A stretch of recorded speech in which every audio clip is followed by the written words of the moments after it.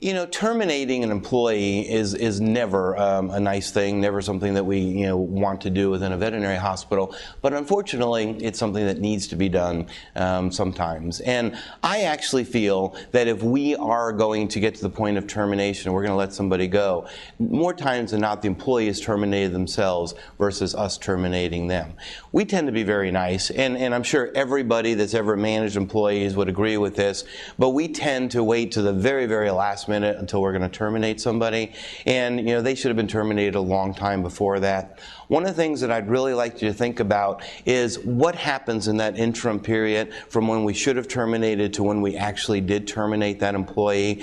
And I think you're going to find that it brings the morale of the rest of your team down. It really does affect the entire atmosphere of the practice.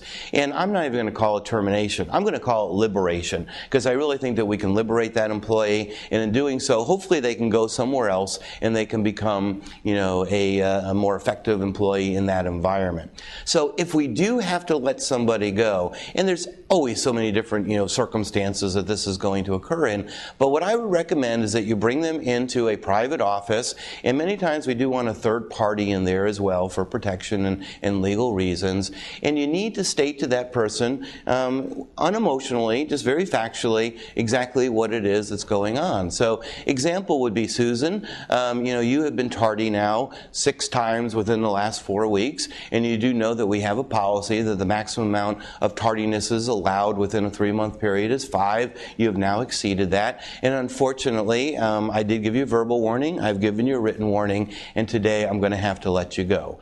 And just again state that very, very factually. Now, if the employee goes off on a tangent and they get really upset and very mad, and how come you're letting me go, and Jack came in and Jack was late, and Jack has done that 16 times or whatever, what I would recommend to you is something called the broken record response. And what we would do is just come back to that basic statement. Susan, as you know, you were late this morning. That is the 6th time that you were late within the last 4 weeks or whatever the time period was, and I am going to have to let you go. And then again, she's going to get all upset and whatever, and again you come back very calmly. Susan, you came in late this morning. That was the 6th time that you've been late, and I'm going to have to terminate your employment. And you continue on with that. Do not go on any tangents. Don't talk about anything else, because that's where you, as a manager or practice owner, could very well get yourself in trouble and very well wind in front of a labor board with some of the things that you say as well. So if we do have to terminate, first of all, make sure that you are within the laws in your state. Are you an at-will employer?